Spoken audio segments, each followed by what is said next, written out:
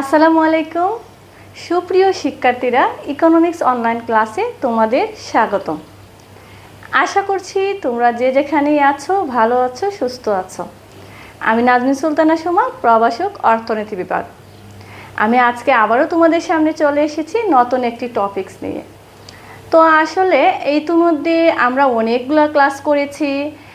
তো সেই ক্লাসের প্রেক্ষাপটে আমার যে অভিজ্ঞতা হয়েছে, বিশেষ করে আমার ক্লাসের যে স্টুডেন্টরা, অর্থাৎ বর্তমানে আমি যাদের ক্লাস নিচ্ছি এবং আমার কিছু এক্স স্টুডেন্ট আছে, তাদের আমার প্রতি একটা কমপ্লেন। সেই কমপ্লেনটা আসলে আমার কাছে হাস্যকর মনে হচ্ছে যে মিস, আপনি ক্লাসে অনেক হাসি খুশি থাকেন, আপনার ক্লাস অনেক চার্মিং হয়, আপনার ক্লাস করার জন্য আমরা সবসময় প্রস্তুত থাকি যে মিস ক্লাসে আসবে। তো সেই জায়গায় আপনি যখন অনলাইন ক্লাসগুলো নেন, তখন কিন্তু আপনার মন খারাপ করে মনে হচ্ছে যে আপনি এআইয়ের মতো ক্লাসই নিচ্ছেন, শুধু মন খারাপ করে ক্লাস নেন, কারণটা কি? তো এর উত্তরটা অ্যাকচুয়ালি আসলে আমার সকল হাসি আনন্দ সব কিছুর তোমাদেরকে নিয়েই। আমি যখন ক্লাসে তোমাদের মুখ দেখি, তখন কিন্তু আমার মন খারাপ থাকলেও আমার মন ভালো হয়ে যায়, কারণ আমি আমার সকল স্টুডেন্টকে অন্তর থেকে আমি ভালোবাসি এবং আমি জানি তোমরাও আমাকে অনেক ভালোবাসো। সেই জন্য আমার যে এক্স স্টুডেন্ট আছো অনেকেই আমাকে নক দিচ্ছ আমার ভিডিও দেখে যে মিস, আমরা তো এই সুযোগটা পেলাম না, আমরা থাকা অবস্থায় যদি আপনি ক্লাস নিতেন তাহলে হয়তো আরও ভালো হতো। তো অ্যাকচুয়ালি আমার টাইম হয়ে উঠে নাই ওই টাইমটাতে, যার কারণে আমি ক্লাস নিতে পারি নাই। আর আমার কাছে মনে হয় যে এই যে তোমাদের কথাটা যে মিস হাসি খুশিভাবে ক্লাস নেবেন, আপনি তো ক্লাসে অনেক মজা করেন। হ্যাঁ, তোমরা সবাই জানো আমি অনেক ফ্রেন্ডলি মানুষ এবং এর সাথে সাথে আবার আমি অনেক কঠিন মানুষও। যখন তোমাদের সাথে কঠিন হওয়ার প্রয়োজন হয় আমি ঠিক তখন কঠিন হয়ে যাই, আবার যখন তোমাদের সাথে সহজ হওয়ার প্রয়োজন হয় আমি তোমাদের সাথে অনেক ফ্রেন্ডলি থাকি। তো তোমাদের রিকোয়েস্টে আমি চেষ্টা করব তোমাদেরকে চার্মিং ক্লাস উপহার দেওয়ার। তবে আমার কাছে স্টুডেন্ট ছাড়া ক্লাস নেওয়া খুবই চ্যালেঞ্জিং মনে হয়, যে আমার সামনে কোনো স্টুডেন্ট নাই কিন্তু আমি একা একা কথা বলছি। আমি সবাইকে স্যালুট জানাই, এ সেক্টরে যারা আছেন, যারা অনলাইনে ক্লাস নিচ্ছেন, যারা ইউটিউবে ক্লাস নিচ্ছেন। তো এটা আসলে অনেক চ্যালেঞ্জিং যে স্টুডেন্ট ছাড়া ক্লাস নেওয়া, যে আমার সামনে কোনো স্টুডেন্ট নাই কিন্তু আমাকে ক্লাস নিতে হচ্ছে। তো যেহেতু আমি এই সেক্টরে নতুন জয়েন করেছি, সেজন্য অবশ্যই আমি চেষ্টা করব যে তোমাদেরকে চার্মিং ক্লাস উপহার দেওয়ার, যেটা তোমরা আসলে অ্যাকচুয়ালি চাচ্ছ। তো আজকে আমরা পড়াতে চলে যাই। আমরা অনেক কথা বললাম, ইনশাল্লাহ আমি এই ক্লাসের ফাঁকে ফাঁকে তোমাদের সাথে কথাও বলবো। যেভাবে ক্লাসে আমরা অনেক গল্প করে, আমরা অনেক উদাহরণের মাধ্যমে ক্লাসগুলোকে চার্মিং করি, তো ইনশাল্লাহ আমি চেষ্টা করব। তো আজকে আমি তোমাদের সাথে আলোচনা করব অর্থনীতি প্রথম পত্রের 10ম অধ্যায়। তো এইটা আমার ক্লাসগুলো লাস্টের দিকে চলে এসেছে। তো আমার মনে হয় না আমি কোনো টপিকস বাদ দিয়েছি, যে আমাদের এইচএসসি পরীক্ষায় যত ধরনের কোয়েশ্চেন আছে আমি সবগুলোই আলোচনা করার চেষ্টা করেছি। তো আজকে আমার একটা লাস্ট ম্যাথ। আমি জানি আমার সকল স্টুডেন্ট অনেক ব্রিলিয়ান্ট, অনেক ভালো, তোমরা অর্থনীতি অনেক ভালো বুঝো এবং সবাই অবশ্যই মনোযোগ দিয়ে ক্লাস করছো, আমার দৃঢ় বিশ্বাস। তো সেই জায়গা থেকে একটু টেকনিক যদি আমরা একটু এদিক সেদিক করি, বা কোয়েশ্চেন যদি আমাদের একটু এদিক সেদিক হয়ে যায়, তাহলেই আমাদের মাথা নষ্ট, যে মিস তো এটা পড়ার নাই, বা এটা তো আমরা পড়ি নাই, এই ধরনের কোয়েশ্চেন আমরা কখনোই দেখি নাই, এটা আমরা কিভাবে আনসার করব। তো সহজ টেকনিক হচ্ছে, আমি পড়ার সময় আমরা অবশ্যই বুঝে শুনে পড়ব, যাতে করে বিভিন্ন টাইপে বা বিভিন্নভাবে কোয়েশ্চেন আসলেও যাতে আমরা সেটার আনসার করতে পারি। এটাকেই বলে ইকোনমিক্সের নিনজা টেকনিক। অর্থাৎ কোয়েশ্চেন বিভিন্নভাবে আসতে পারে, সেটাকে কিভাবে আমরা সহজভাবে আনসার করব সে বিষয়টা আমাদেরকে জানতে হবে। তো আমরা এই অধ্যায়ের মেইনলি যে ম্যাথগুলো আমরা করেছি, সেগুলো আমরা ফিশারির মুদ্রার বিনিময় সমীকরণের মাধ্যমেই করেছি। তো সেইখানে আমি তোমাদেরকে বলেছিলাম ফিশারের মুদ্রার বিনিময় সমীকরণ দুটি, একটি হচ্ছে এমবি ইকুয়াল টু পিটি এবং আরেকটি হচ্ছে MB plus M prime B prime equal to PT. তো এইখানে দেখো, এখানে সমীকরণ দুটো, অর্থাৎ যেটাকে আমরা সূত্র বলি, যে সূত্র ব্যবহার করে আমরা বিভিন্ন মান বের করি। বিশেষ করে আমাদের যে কমন কোয়েশ্চেনটা, সেটি হচ্ছে যে অর্থের মূল্যের উপর প্রভাব এবং গ নাম্বারে 3 মার্কসের কোয়েশ্চেনে থাকে দাম স্তর নির্ণয় করা। তো সেই ক্ষেত্রে আমাদের কোন সময় কোন সূত্র বসবে সেটা কিসের উপর নির্ভর করে? আমি জানি তোমরা সবাই জানো, এটা নির্ভর করে আমাদের উদ্দীপকের উপর। উদ্দীপকে আমাদের যেভাবে চাইবে, যে চলকের মানগুলো দেয়া থাকবে সেই অনুযায়ী আমি সূত্র ব্যবহার করব। তো এইখানে দেখো আমাদের এম এর মান দেয়া আছে, পি এর মান দেয়া আছে, টি এর মান দেয়া আছে। এইখানে এম প্রাইম এবং বি প্রাইমের মান দেয়া নাই, তাইলে আমাদেরকে বুঝে নিতে হবে আমরা অবশ্যই এখানে প্রথম সূত্র ব্যবহার করে ম্যাথটা আমরা কমপ্লিট করব। তো দেখি আমরা আমাদের উদ্দীপকে কি চেয়েছে। আমরা 3 মার্কসের কোয়েশ্চেনে আমরা দেখতে পাচ্ছি উদ্দীপকের আলোকে অর্থের প্রচলন গতি নির্ণয় করো। আমরা প্রত্যেকটি চলক সম্পর্কেই আমরা একটা মিনিট। তো আমরা প্রত্যেকটি চলক সম্পর্কে অলরেডি অবগত আছি। এম দ্বারা কি বোঝায়? এম হচ্ছে বিহিত মুদ্রার পরিমাণ, পি হচ্ছে দাম স্তর, টি হচ্ছে লেনদেনযোগ্য দ্রব্য সেবার পরিমাণ, আর এম প্রাইম হচ্ছে ব্যাংকসৃষ্ট মুদ্রার পরিমাণ, বি প্রাইম হচ্ছে ব্যাংকসৃষ্ট মুদ্রার প্রচলন গতি। তো সেই ক্ষেত্রে যেহেতু আমাদের এখানে চেয়েছে উদ্দীপকের আলোকে অর্থের প্রচলন গতি নির্ণয় করো, তার মানে কোনটার কথা বলেছে? যে বি এর কথা, বি এর মান নির্ণয় করতে বলেছে। তো এর আগে আমরা এই বি এর মান নির্ণয় নিয়ে কোনো ম্যাথ করিনি, আমাদের আসতো দাম স্তর নির্ণয় অর্থাৎ পি এর মান নির্ণয়। সেই ক্ষেত্রে আমরা সূত্র ব্যবহার করে পি এর মান বের করতাম। তখন কিন্তু অবশ্যই পি এর মান দেয়া থাকতো না, যা চাইবে সেটা অবশ্যই দেয়া থাকবে না। তো সেই ক্ষেত্রে আমাদের অনেকেরই মাথায় আসতেছে যে মিস তো কখনোই অর্থের প্রচলন গতি বের করা আমাদের শিকার নাই, তো সেটা আমরা কিভাবে বের করব? এটার একদম সহজ সমাধান, যে মানটা দেয়া থাকবে না অর্থাৎ যে চলকের মানটা দেয়া থাকবে না সেটা আমরা ইজিলি বের করব। আমরা পুনরায় আমরা আগের মতো করে যেভাবে আমরা দেওয়াছি দিয়ে উদ্দীপকটা উঠাতাম, অর্থাৎ দেওয়াছি দিয়ে এম বসাবো, পি টি লিখবো, যেখানে আমরা প্রত্যেকটা চলকের ডেফিনেশনটা বলবো, যে যেখানে এম ইকুয়াল টু বিহিত মুদ্রার পরিমাণ, পি ইকুয়াল টু দাম স্তর, টি ইকুয়াল টু লেনদেনযোগ্য দ্রব্য সেবার পরিমাণ, অর্থাৎ আমরা কি পরিমাণ দ্রব্য লেনদেন করি সেটার পরিমাণ। সেখানে এটা লেখার পরে আমরা লিখব, আমরা জানি। আমি এখন ডিটেলসে লিখব না, কারণ প্রথম ক্লাসগুলো থেকে আমি অনেক ডিটেলসে লিখেছি। তো আশা করব তোমরা প্রথম থেকে যদি ক্লাসগুলো পড়ো শিডিউল অনুযায়ী, তাহলে অবশ্যই বুঝতে সুবিধা হবে। তো আমরা লিখব M B equal to PT. আমরা জানি ফিশারির মুদ্রার বিনিময় সমীকরণ, এই কথাটা আমাদেরকে লিখতে হবে, M B equal to PT. তো দেখো কিভাবে আমরা কঠিন অর্থনীতিকে আমরা কিভাবে সহজ করি। আমরা প্রত্যেকটা কোয়েশ্চেন আলাদা আলাদাভাবে আমাদের শেখার কোনো প্রয়োজন নাই। আমরা সবসময় একটা জিনিস শিখব, যাতে করে 3-4টা জিনিসের আনসার আমরা করতে পারি। এইখানে দেখো আগে আমাদের যে ম্যাথটা আমরা করতাম, অর্থাৎ দাম স্তর আমরা যখন নির্ণয় করতাম, তখন অবশ্যই দাম স্তরের মান আমাদের দেয়া থাকতো না। আর যেটার মান বের করতে হয়, যে চলকের মান বের করতে হয়, সে চলকটাকে বাম পাশে নিয়ে আসতে হয়। সেই ক্ষেত্রে আমরা পিটাকে সবসময় বাম পাশে নিয়ে আসতাম এবং টিটা ডান পাশেই থাকতো, এবং অন্য যে মান আছে সেটা, অর্থাৎ টি যদি নিচে চলে যেত এবং অন্য মানটা ডান পাশে চলে যেত। তো এইখানে একটু টেকনিক ফলো করলেই আমরা কিন্তু আনসারটা ইজিলি লিখতে পারি। আমাদের কি চেয়েছে? অর্থের প্রচলন গতি। তো অর্থের প্রচলন গতির চলকটা কি? ভি। তো ভি তো অলরেডি আমাদের কোন পাশে দেয়া আছে? অলরেডি আমাদের ভিটা ডান পাশে দেয়া আছে, সেই ক্ষেত্রে এটার পরিবর্তনের প্রয়োজন নাই। তো আমরা এটাকে এভাবে লিখতে পারি, বা ভি ইকুয়াল টু এমটা আমার নিচে চলে যাবে পিটি বাই এম।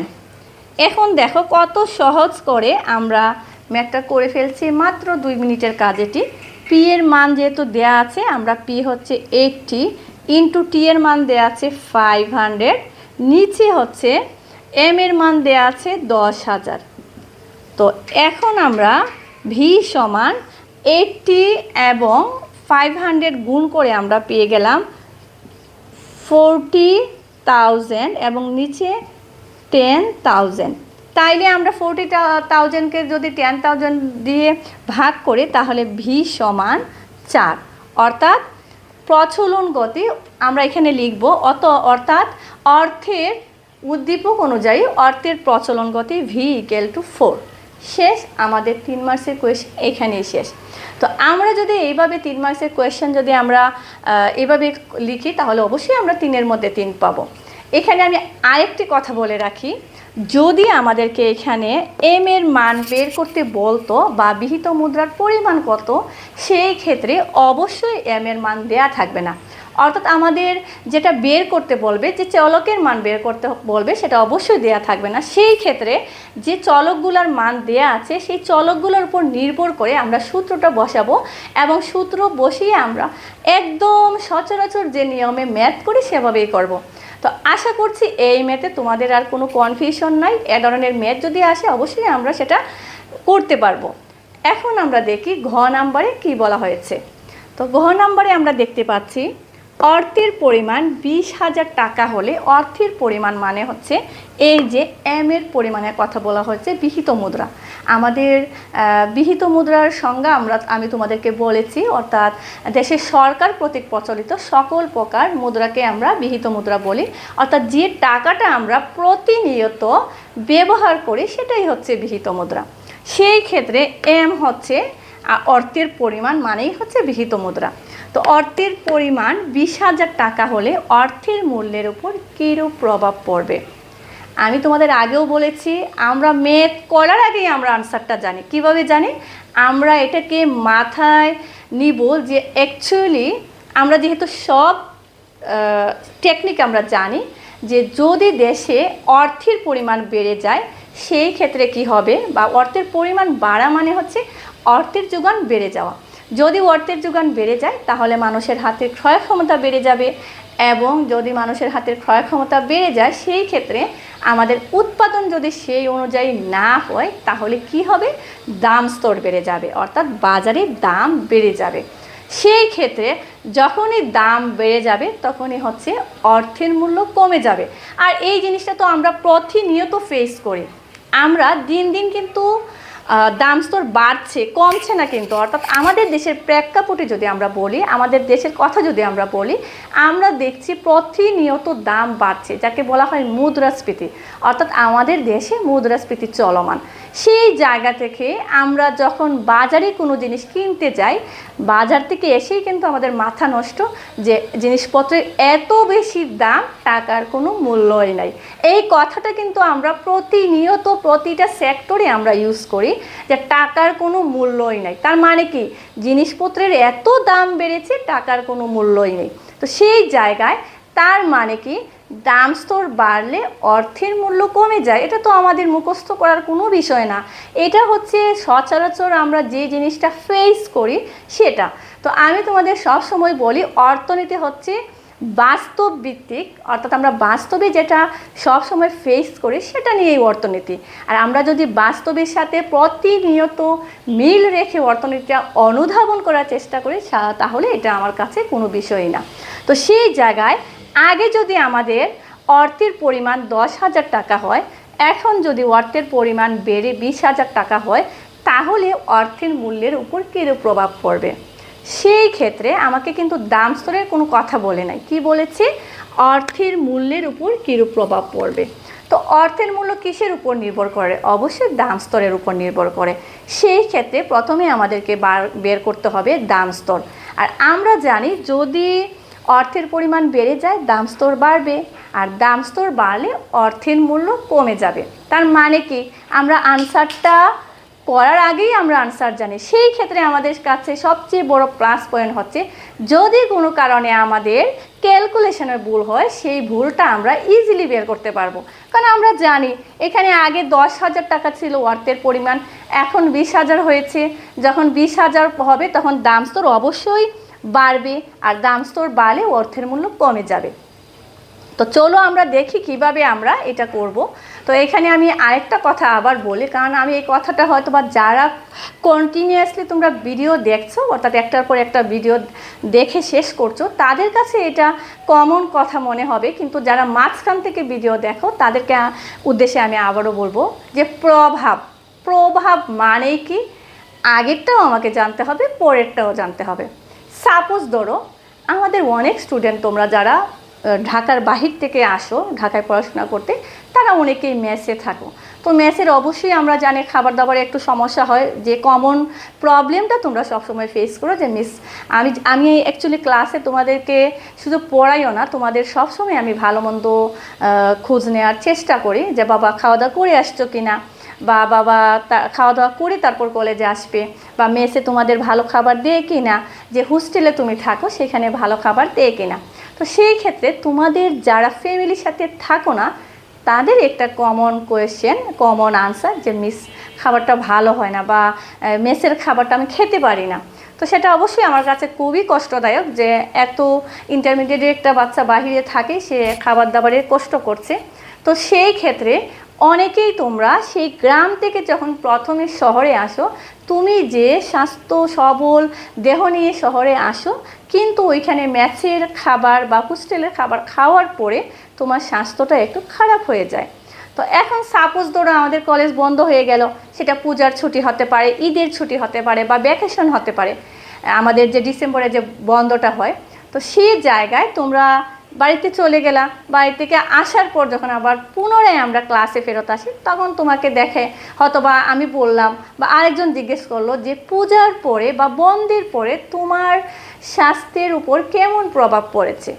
তো সেটা যদি আমি বলতে চাই, অবশ্যই আমাকে জানতে হবে যে বন্ধের আগে তোমার স্বাস্থ্যের অবস্থা কেমন ছিল, বা ওয়েটের কথা যদি বলি আমরা, যে বন্ধের আগে তোমার ওয়েট কেমন ছিল এবং বন্ধের পরে তোমার ওয়েট কেমন হয়েছে, তাইলে আমি বুঝতে পারবো তোমার উপর সেটার কেমন প্রভাব পড়েছে, অর্থাৎ পজিটিভ প্রভাব পড়েছে না নেগেটিভ প্রভাব পড়েছে। তাই আমি সব সময় তোমাদেরকে বলি, ঘ নাম্বারে যদি প্রভাব আসে তাহলে অবশ্যই আমাকে আগের, অর্থাৎ মেয়ের উদ্দীপকে যে মান দেয়া আছে সেটা থেকে আমাকে মান বের করে আগের অবস্থানটা আগে জানতে হবে। আর আগের অবস্থানের উপর নির্ভর করেই পরবর্তীতে যে মানটা দেয়া থাকবে সেটা দিয়ে আমি ম্যাথ করে আমি পরের অবস্থানটা বের করব, তখন আমি বুঝতে পারবো কেমন প্রভাব পড়েছে। তো সেই জায়গায় আমাদের চূড়ামি করার কোনোই স্কোপ নাই। যে আমরা অনেক সময় করি কি, তোমাদের এটা একটা কমন প্রবলেম যে টাইম নাই, মিস টাইম নাই, আমার তাড়াতাড়ি করে শেষ করে দিতে হবে। সেই ক্ষেত্রে ঘ থেকে পাই, ঘতে যা লিখছো সুন্দর করে ঘ থেকে পাই দিয়ে শুধু আনসারটা লিখলা, পরে যে মানটা দেওয়া আছে সে মান দিয়ে তুমি আনসারটা কমপ্লিট করে ফেললাম। সেই ক্ষেত্রে তোমাদের যে ভুল হয়, ম্যাথ যে ভুল হয়েছে সেটা কিন্তু না, আমরা তোমাদেরকে 4-এর মধ্যে 2 দিয়ে দেই। তো আমি তোমাকে 4 মার্কসের কোয়েশ্চেন দিয়েছি এই কারণে তুমি এইখানে 3 মার্কসের কোয়েশ্চেনের জন্য যে সময়টা তুমি ওয়েস্ট করো, অবশ্যই 4 মার্কসের কোয়েশ্চেনের জন্য আমাকে আরেকটু বেশি সময় ওয়েস্ট করতে হবে, এবং কোয়েশ্চেনের আনসারটাও কিন্তু একটু বড় হবে। সেই ক্ষেত্রে আমার সাবজেক্টে অর্থাৎ ইকোনমিক্সে ঘ থেকে পাই কোনো কথা লেখা যাবে না। আমাকে অবশ্যই পুনরায় সেই ঘয়ে কী ছিল বা কী ছিল সেটা বিষয় না, আর আগের অবস্থানটা আমাকে আগে তুলে ধরতে হবে, তারপর আমরা পরের অবস্থানটা বর্ণনা করব, এবং সেখানে আমরা বুঝতে পারবো দুইটার মধ্যে কি তফাৎ আছে, অর্থাৎ কি প্রভাব পড়েছে।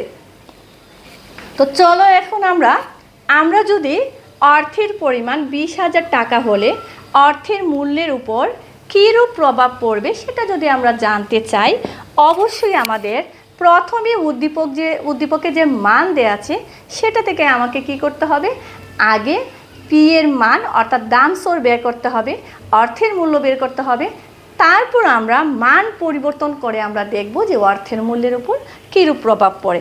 তো ঘ নাম্বার কোয়েশ্চেনটা আমি মুছে ফেলবো, আমরা ঘতে সরাসরি চলে যাব। তো আমি তোমাদেরকে সব সময় বলি দেওয়া আছে আমাদের লিখতেই হবে, কারণ কোয়েশ্চেনে আছে আমরা জানি, তারপরও আমি একটু পড়া থেকে তোমাদের কিছু জিনিস বোঝানোর জন্য একটু কথা বেশি বলছি। তো এখানে হচ্ছে আমি আমার নিজেকে কত সুন্দর করে সাজাবো সেটার উপর নির্ভর করে আমাকে কেমন লাগবে। সুন্দর করে সাজানোর মানে কিন্তু এটা না আমি উগ্র সুগ্র হয়ে আমি কলেজে আসবো, সেটা কিন্তু না। তোমাকে নিজেকে স্মার্টলি যদি গুছিয়ে আসো, তোমাকে দেখতে তত ভালোই লাগবে। সেইভাবে আমরা একটা কোয়েশ্চেনের আনসার যত সুন্দরভাবে আমরা উপস্থাপনা করব, একজন এক্সামিনার যে তোমার খাতাটা মূল্যায়ন করবে তার আকর্ষণ কিন্তু তত বেশি হবে, যে স্টুডেন্টটা অবশ্যই অনেক কিছু জানে, সে ভালোভাবে লিখেছে। সেই ক্ষেত্রে আমরা প্রত্যেকটা কোয়েশ্চেন চেষ্টা করব স্টার্টিংটা ভালো করা। তো দেয়া আছে দিয়ে আমরা এগুলা লিখবো, লিখে প্রত্যেকটা চলক দ্বারা কী বোঝায় সেটা দেব, তারপর আমরা লিখব আমরা জানি ফিশারির মুদ্রার বিনিময় সমীকরণ MB = PT। তো এখানে দেখো আমরা জানি MB = PT। আমি সূত্রটা এই কারণেই লিখলাম যে আমরা পিটা কিভাবে পেলাম সেটা অবশ্যই আমরা ফিশারের মুদ্রার বিনিময় সমীকরণ থেকে পেয়েছি। তো পি এর মানটা আমাদেরকে আর বের করতে হচ্ছে না, কারণ আমরা জানি P = উদ্দীপক অনুযায়ী আমরা কি জানি, উদ্দীপক অনুযায়ী দাম স্তর P = 80 বা 80 টাকা। সেইখানে আবার আমরা লিখতে পারি, আবার আমরা জানি, অর্থাৎ এই যে আমরা দাম স্তর উদ্দীপক অনুযায়ী পেয়েছি, আমি কারণ বলছি তোমাদের উদ্দীপকে যেটা দেয়া আছে সেটা অনুযায়ী প্রথম অবস্থা অর্থাৎ প্রথমে অর্থের মূল্য কত ছিল সেটা আমাদেরকে বের করতে হবে। পরবর্তীতে মানটা চেঞ্জ করে আমার অর্থের মূল্য কত হয় সেটা আমাকে দেখতে হবে। আবার আমরা জানি BM = 1/P বা 1/80 সমান আমাদের বের হয়েছে 0.125। অর্থাৎ প্রথমে আমাদের উদ্দীপক অনুযায়ী যে দাম স্তর দেওয়া আছে বা যে মানগুলো দেওয়া আছে সেটা অনুযায়ী আমরা অর্থের মূল্য পেয়ে গেলাম 0.125। এখন যদি অর্থের পরিমাণ বাড়িয়ে 20,000 টাকা হয় তাহলে আমরা দেখি অর্থের মূল্য কীরূপ হয়। সেই ক্ষেত্রে অবশ্যই আমাদেরকে পুনরায় দাম স্তরটা বের করতে হবে। এখন আমি ডিটেলসে লিখব না। এখন M এর মান 20,000 হলে ফিশারের মুদ্রার বিনিময় সমীকরণ অনুযায়ী MB = PT। তো এখানে দেখো আমাদের বের করতে হবে কি, পরবর্তীতে যখন বিহিত মুদ্রার পরিমাণ বেড়ে গিয়েছে তখন আমাদের দাম স্তরটা কত হয়েছে। তার মানে PTটা আমরা এদিকে নিয়ে আসবো, MB ডান পাশে চলে যাবে, তারপর P = Tটা নিচে চলে যাবে, MBটা উপরে চলে যাবে। সেখানে আমি একটা লাইন এখানে কমিয়ে ফেলছি। তো V এর মান আমরা অলরেডি বের করেছি যে 4 টাকা ঘ নাম্বারে। এখানে আমরা যেহেতু পুরো ম্যাথটাই আমরা করতে হচ্ছে সেই ক্ষেত্রে আমরা B এর মানটা আমরা এখানে সরাসরি বসাই দিব, বা আমরা চাইলে এই সাইডে ব্র্যাকেট দিয়েও আমরা কিভাবে B এর মানটা পেলাম সেটাও আমরা বের করতে পারি, যে MB = PT এই মান বসিয়ে পাশে আমরা লিখে দিব।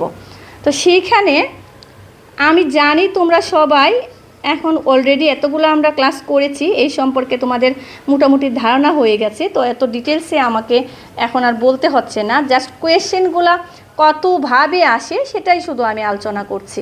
তো এখন দেখো আমরা ব্র্যাকেটে কিন্তু ভিটা আমরা 4 কীভাবে পেলাম, ব্র্যাকেটে কিন্তু সূত্র বসিয়ে কিন্তু মানটা আমরা বের করে দিব। তো 80,000 ভাগ 500 সমান P = 160।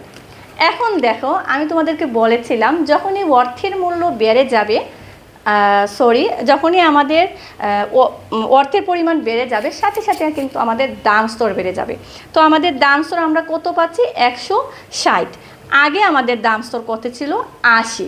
সেই ক্ষেত্রে আমরা দেখতে পাচ্ছি যখনই আমাদের অর্থের পরিমাণ বেড়ে গিয়েছে তখনই আমাদের দাম স্তর বেড়ে গেছে। আর যদি দাম স্তর বেড়ে যায় অবশ্যই আমাদের অর্থের মূল্য কমে যাবে। তো আমি যে কথাটা বলেছি দেখি অ্যাকচুয়ালি আমাদের কথাটা রাইট হয় কি না। তো BM = 1/P অর্থাৎ 1/160 সমান আমরা যে মানটা পাবো এটা হচ্ছে 0.00625।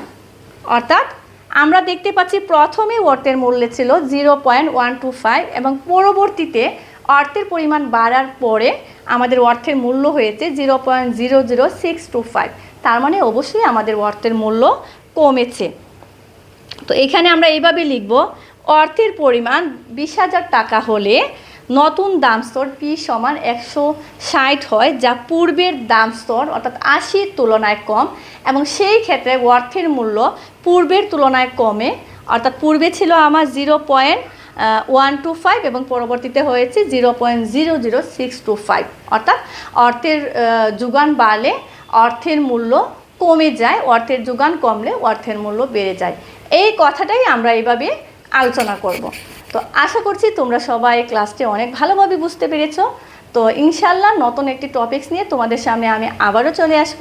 সেই পর্যন্ত অবশ্যই তোমরা সবাই ভালো থাকবে, সুস্থ থাকবে। আসসালামু আলাইকুম, আল্লাহ হাফেজ।